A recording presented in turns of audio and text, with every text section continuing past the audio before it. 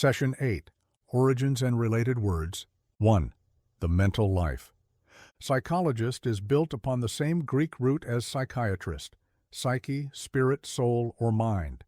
In psychiatrist, the combining form is iatria, medical healing. In psychologist, the combining form is logos, science or study. A psychologist, by etymology, is one who studies the mind. The field is psychology, the adjective psychological. Psyche is also an English word in its own right. It designates the mental life, the spiritual or non-physical aspect of one's existence. The adjective psychic refers to phenomena or qualities that cannot be explained in purely physical terms. People may be called psychic if they seem to possess a sixth sense, a special gift of mind reading, or any mysterious aptitudes that cannot be accounted for logically. A person's disturbance is psychic if it is emotional or mental rather than physical. Psyche combines with the Greek pathos, suffering or disease, to form psychopathic, an adjective that describes someone suffering from a severe mental or emotional disorder. The noun is psychopathy. The root psyche combines with Greek soma, body, to form psychosomatic, an adjective that delineates the powerful influence that the mind, especially the unconscious, has on bodily diseases. Thus, a person who fears the consequence of being present at a certain meeting will suddenly develop a bad cold or backache, or even be injured in a traffic accident, so that his appearance at this meeting is made impossible.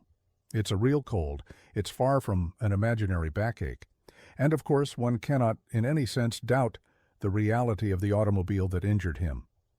Yet, according to the psychosomatic theory of medicine, his unconscious made him susceptible to the cold germs, caused the backache, or forced him into the path of the car.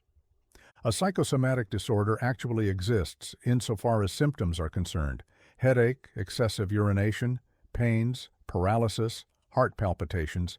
Yet there is no organic cause within the body. The cause is within the psyche, the mind. Dr. Flanders Dunbar, in Mind and Body, gives a clear and exciting account of the interrelationship between emotions and diseases. Psychoanalysis relies on the technique of deeply, exhaustively probing into the unconscious, a technique developed by Sigmund Freud. In oversimplified terms, the general principle of psychoanalysis is to guide the patient to an awareness of the deep-seated unconscious causes of anxieties, fears, conflicts, and tension. Once found, exposed to the light of day, and thoroughly understood, claim the psychoanalysts, these causes may vanish like a light snow that is exposed to strong sunlight. Consider an example. You have asthma, let us say, and your doctor can find no physical basis for your ailment. So you are referred to a psychoanalyst, or psychiatrist, or clinical psychologist who practices psychoanalytically oriented therapy. With your therapist, you explore your past life, dig into your unconscious, and discover, let us say for the sake of argument, that your mother or father always used to set for you impossibly high goals. No matter what you accomplished in school, it was not good enough, in your mother's or father's opinion, and such opinions were always made painfully clear to you. You could do better if you were not so lazy. As a child, you built up certain resentments and anxieties because you seemed unable to please your parent, and this will sound far-fetched, but it is perfectly possible. As a result, you became asthmatic. How else were you going to get the parental love, the approbation, the attention you needed, and that you felt you were not receiving? In your sessions with your therapist, you discover that your asthma is emotionally, rather than organically based.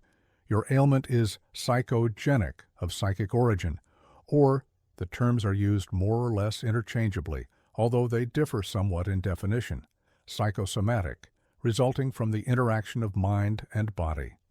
Psychogenic is built on psyche plus Greek genesis, birth or origin. And your treatment? No drugs, no surgery. These may help the body, not the emotions. Instead, you work out. This is the term used in psychoanalytic parlance, early trauma in talk, in remembering in exploring, in interpreting, in reliving childhood experiences. And if your asthma is indeed psychogenic or psychosomatic, therapy will very likely help you. Your attacks may cease, either gradually or suddenly. Freudian therapy is less popular today than formerly. Many newer therapies, Gestalt, bioenergetics, transactional analysis, to name only a few, claim to produce quicker results. In any case, psychotherapy of one sort or another is the indicated treatment for psychogenic or psychosomatic disorders or for any personality disturbances. The practitioner is a psychotherapist or therapist for short. The adjective is psychotherapeutic. Review of etymology, root suffix meaning. 1. Psyche, spirit, soul, mind. Theo. Iatreia, medical healing. 3. -I, see adjective suffix. 4. Soma, body. 5. Genesis, birth, origin. 6. Pathos, suffering, disease. Using the words. Can you pronounce the words? 1. Psychology. 2. Psychological. 3. Psyche. 4. Psychic. 5. Psychopathic. 6. Psychopathy. 7. Psychopath. 8. Psychosomatic. 9. Psychoanalysis. 10. Psychoanalytic. 11. Psychogenic. 12. Psychotherapy. 13. Psychotherapist. 14. Psychotherapeutic. Can you work with the words? A. Mental or emotional disturbance. B. Psychological treatment based on Freudian techniques. C. General term for psychological treatment. D. Originating in the mind or emotions. E. One's inner or mental life or self-image. F. Study of the human mind and behavior. G. Describing the interaction of mind and body. H. Pertaining to the mind. Extrasensory. I. Person lacking in social conscience of inner censor. Do you understand the words? 1. Psychological treatment aims at sharpening the intellect. True or false? 2. Psychic phenomena can be explained on rational or physical grounds. True or false? 3. Psychopathic personalities are normal and healthy. True or false? 4. A psychosomatic symptom is caused by organic disease. True or false? 5. Every therapist uses psychoanalysis. True or false? 6. A psychogenic illness originates in the mind or emotions. True or false? 7. A psychotherapist must have a medical degree. True or false? 8. Psychoanalytically oriented therapy uses Freudian techniques. True or false? 9. A psychopath is often a criminal. True or false? Can you recall the words? 1. One's inner or mental life or self-image. 2. The adjective that denotes the interactions, especially in illness, between mind and body. 3. Mentally or emotionally disturbed. 4. Study of behavior. 5. Extrasensory. 6. Treatment by Freudian techniques. 7. Pertaining to the study of behavior. 8. Of mental or emotional origin. 9. General term for treatment of emotional disorders. 10. Antisocial person.